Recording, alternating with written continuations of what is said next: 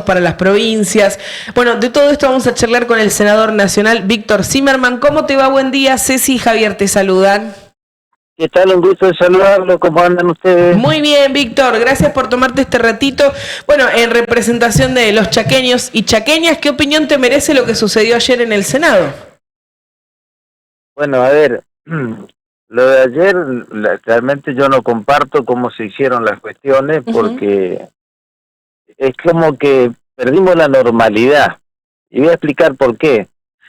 Porque hasta acá cuando vos pretendías tener una sesión, se convocaba una reunión de labor parlamentaria, iban los presidentes de bloque, se establecían los temas, se notificaban a cada uno de los integrantes del Senado para saber exactamente cuáles son las cosas que se van a debatir.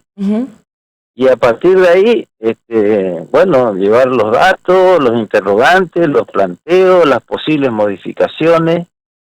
Y entonces nada de esto se sabía. Yo ingresé a la mañana temprano al Senado y algunos colegas de ustedes me decían, senador, ¿cómo va a votar tal proyecto? Y le digo, no sé cómo voy a votar porque no sé si se va a convocar o no.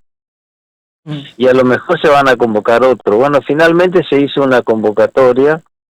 No hay antecedente en el Senado. El único antecedente que hubo con respecto a esto es la cefalía del 2001 cuando se autoconvocó el Congreso.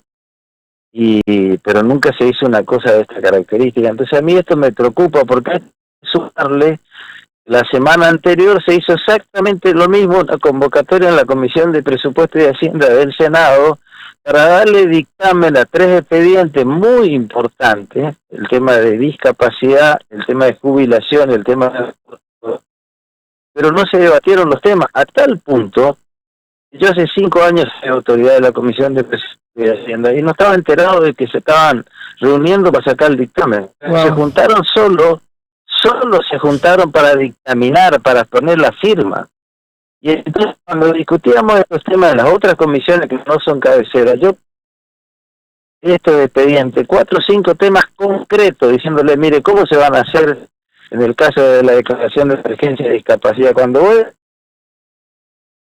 significa que le da al Ejecutivo un grado de discrecionalidad para resolver el tema y que va a poner más programa.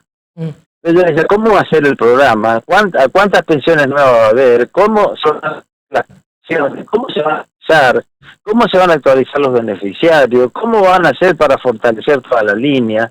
¿Cuánto va a significar desde el punto de vista presupuestario? ¿Cuánto van a tener de financiamiento del presupuesto de otros? Nada de esto me supieron contestar en ninguna de las comisiones. Y ayer no se habló de esto en ninguno de los proyectos.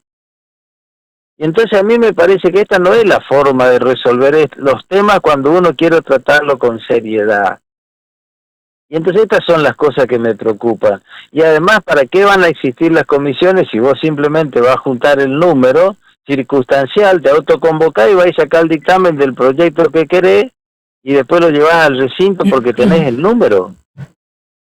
Así no se resuelven los múltiples problemas que tiene nuestra Argentina y nuestras provincias. Y entonces, ¿qué hice yo ayer? Esperé que tengan el quórum, se autoconvocaron, tuvieron el quórum, bajé cuando planteamos la cuestión de la agenda y los temas de la validez de los dictámenes, expuse cuál era mi posición, voté en contra de la validez de estos dictámenes de la Comisión de Presupuesto y después me retiré de la sesión porque no quiero convalidar con mi presencia aprobación de estas normas que nadie supo explicar en todo este tiempo en el Senado cómo se van a hacer. Entiendo. Esto es lo que pasó ayer, desgraciadamente. Y después hay que hacer una diferencia sustancial con el proyecto de los gobernadores, que son 2 proyectos, distribución de los fondos del combustible y de los ATM. Eso no tiene nuevo costo fiscal. Eso no genera un nuevo costo fiscal, porque esos fondos están. Lo que se hizo es cambiar la distribución. El enfoque es muy diferente a los otros 3 temas, que obviamente son muy importantes, muy interesantes, pero hay que hacer un abordaje diferente porque, bueno, le vamos a dar incremento de determinada suma y ¿cómo lo vamos a financiar? No lo sabemos. Ya hicimos eso en el pasado con respecto a la moratoria de los jubilados. Y después finalmente, ¿quiénes son las variables de ajuste? Los jubilados. Entonces así no se resuelven los problemas cuando uno quiere abordar temas con seriedad y profundidad. Hay que ir a las comisiones, hay que ir a los debates, hay que llamar a los especialistas, hay que convocar al gobierno, hay que decirle, bueno, ustedes con esto están de acuerdo, ¿cuál es la primera etapa? ¿Cuál es la segunda? ¿Cómo hacemos para resolver los problemas? Esto es trascendente para nosotros, esto es lo que yo decía en las comisiones, esto es prioritario para nosotros, para los chaqueños, el tema de discapacidad es prioritario, el tema de los jubilados es prioritario, ahora a ver cómo lo podemos instrumentar. Nada de esto se hizo. Claro. Ni en las comisiones ni en el recinto. Y en ese sentido, Víctor, entonces, ¿es válido que el presidente quiera vetarlo, digo, como para volver hacia atrás y revisar todas estas cuestiones que vos estás planteando? ¿Qué opinas de eso? El veto es un derecho constitucional. Yo no sé qué va a hacer el presidente. Es un derecho constitucional. Ahora, se votaron un montón de cuestiones como antes, total, alguien lo va a pagar. Después finalmente se veta. Ahora, decime cuál es el resultado positivo para la gente de todos estos temas. No, nada, claro. Bueno, convocatoria, gente en las calles, movilización, discurso, de todo tipo, acusaciones enfrentadas.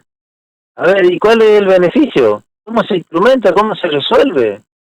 Porque cuando hablamos, por ejemplo, del tema de las prestaciones y los atrasos, en la gestión anterior del gobierno de Fernández, los atrasos eran fenomenales con respecto al tema de discapacidad. Y ahora el kirchnerismo apunta y da cátedra de cómo se tiene que actualizar el tema de las prestaciones de la discapacidad. Entonces, me parece que no es el camino. Por supuesto que hay que abordarlo y por supuesto que hay que discutirlo. Yo me pasé semanas estudiando los temas con todo el equipo, porque me interesa mucho y porque obviamente es un tema muy serio y que hay que resolverlo.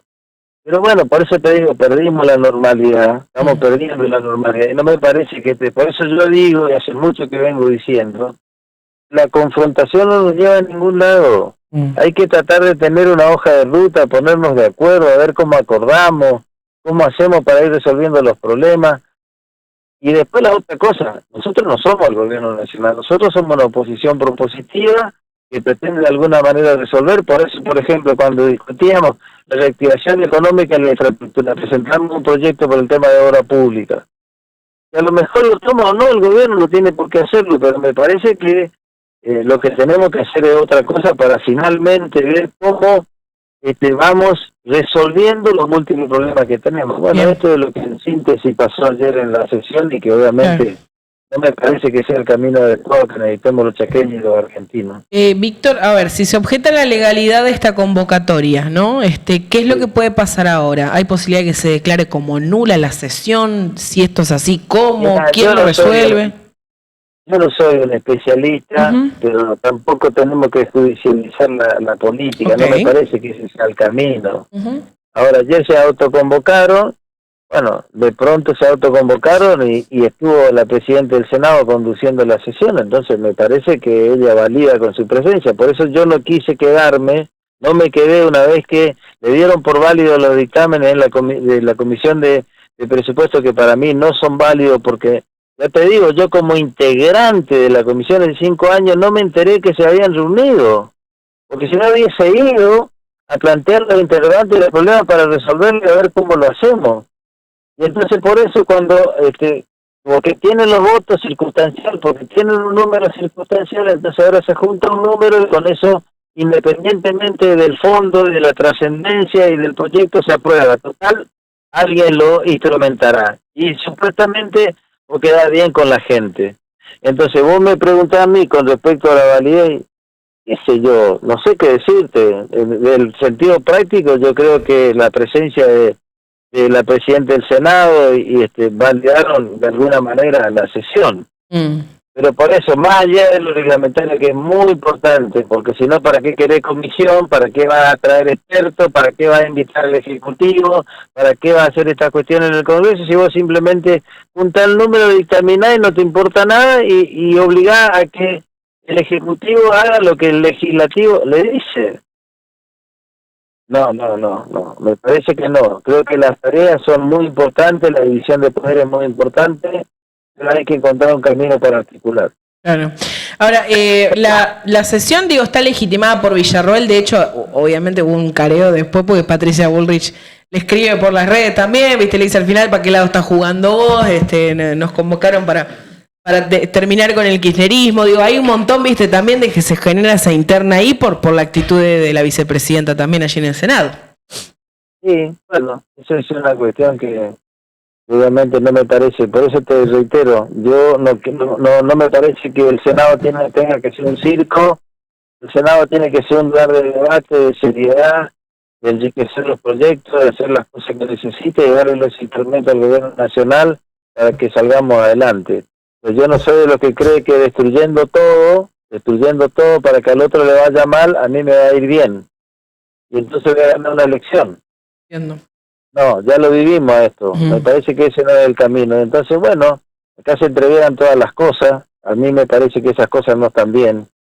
Y entonces, bueno, hace mucho que te reitero, vengo diciendo que la confrontación no es el camino, es el acuerdo, es el saber de que las cosas son difíciles para resolver, que hay más problemas que soluciones en estos tiempos, y yo no voy a aflojar en esa idea y en esa hoja de ruta a los efectos de defender los intereses de los chaqueños, que lo hago permanentemente. Cuando fue el jefe de gabinete la semana anterior, yo se lo planteé.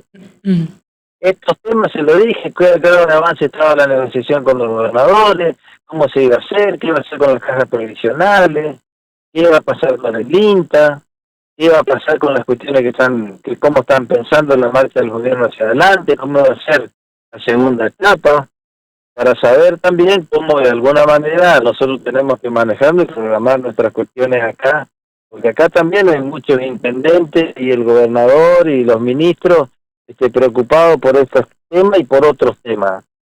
Y también el sector privado, cómo se va a reactivar en la cuestión de las pymes, eso también planteé. Bueno, ojalá que volvamos a la normalidad y que podamos estar a la altura de las circunstancias.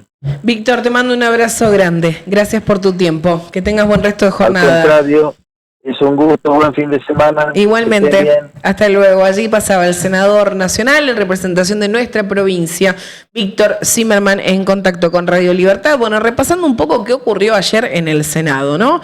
Esta situación que, bueno, por supuesto ha sido cuestionada por muchos. Yo mencionaba esto de Patricia Bullrich y Victoria Villarroel después de cuando se obtiene ese quórum, porque, claro, Patricia le dice al final, ¿vos para qué lado estás jugando? A nosotros nos eligieron para eliminar el kirchnerismo y al final está jugando para que se pueda sesionar en definitiva, ¿no? Bueno, allí unos idas y vueltas sobre toda esta cuestión y claro que, bueno, hay parte que plantea la ilegalidad de esa convocatoria, ¿no? Que no se ha dado con las condiciones que tenía que haber sido realmente.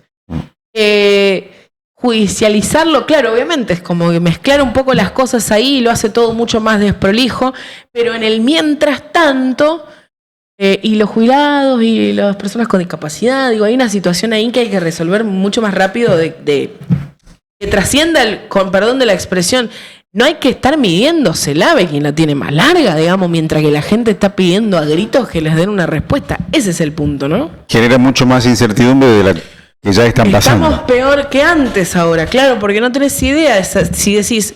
Bueno, se pudo avanzar en algo, se pusieron de acuerdo, lo votaron por unanimidad, pero hay gente que dice que eso fue ilegal y después el presidente te dice, votame lo que vos quieras, pero yo te lo voy a vetar. Digo, es un bardo, sí. Al final. Y en el medio hay datos de la Dirección de Información Parlamentaria de la Cámara de Diputados. ¿Quiénes fueron los presidentes que más vetos llevan a lo largo de este proceso, ¿no? Carlos Menem fue quien más vetos tiene en este sentido. Hay que tener en cuenta que tuvo 2 mandatos en el medio. Carlos Menem encabeza justamente esta cuestión de vetos presidenciales. Raúl Alfonsín aparece con 37 vetos en todo lo que duró su presidencia. Fernando de la Rúa, 26. Eduardo Duhalde, 13 vetos presidenciales. Néstor Kirchner, 13 también. Cristina Fernández de Kirchner, 2.